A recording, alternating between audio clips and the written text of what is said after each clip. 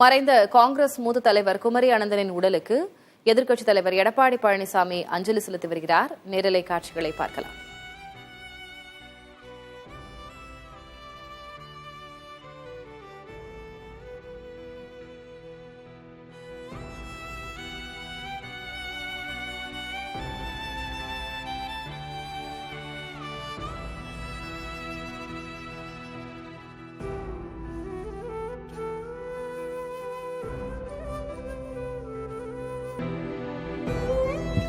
மறைந்த காங்கிரஸ் மூத்த தலைவர் குமரி அனந்தனின் உடல் சாலிகிராமத்தில் இருக்கக்கூடிய அவரது மகளும் முன்னாள் ஆளுநருமான தமிழிசை சவுந்தரராஜன் அவர்களது இல்லத்தில் வைக்கப்பட்டிருக்கிறது. இந்நிலையில் இன்று காலையிலிருந்தே முக்கிய அரசியல் கட்சி தலைவர்களும் கலைத்துறையினரும் அவருடைய உடலுக்கு அஞ்சலி செலுத்தி வருகிறார்கள். முன்பாக முதலமைச்சர் மு.க.ஸ்டாலின் நேரில் அஞ்சலி செலுத்தி சென்றிருந்தார். அதேபோல துறைசார் அமைச்சர்களும் வந்திருந்தார்கள்.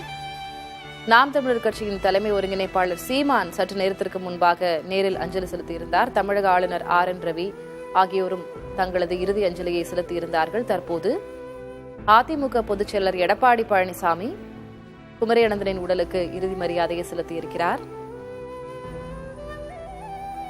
தந்தையை இழந்து துயருற்றிருக்கும் பாஜக மூத்த தலைவர் தமிழிசை சவுந்தரராஜனுக்கு தனது ஆழ்ந்த இரங்கலை அவர் தெரிவித்திருக்கிறார். அவருக்கு ஆறுதல் கூறி வருகிறார். அந்த காட்சிகளையும் பார்க்கிறோம். மூத்த தலைவரும்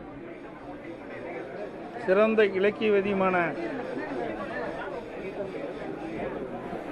மறைந்த மரியாதைக்குரிய திரு குமரியானந்தன் அவர்களுடைய மறைவு மிகுந்த வருத்தம் அளிக்கின்றது.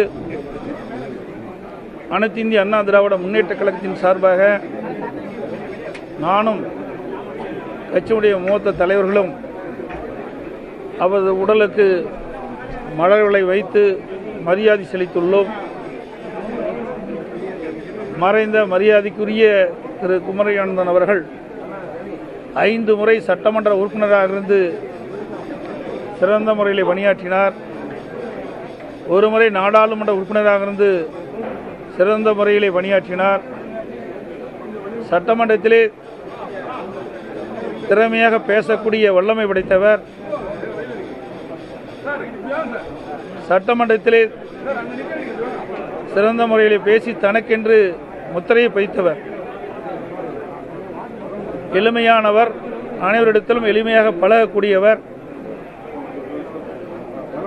தந்தை இழந்து வாடும் திருமதி தமிழிசை சவுந்தரராஜன் அவர்களுக்கும் அவரது குடும்பத்தாருக்கும் ஆழ்ந்த இரங்கலை தெரிவித்துக் கொள்கின்றேன்.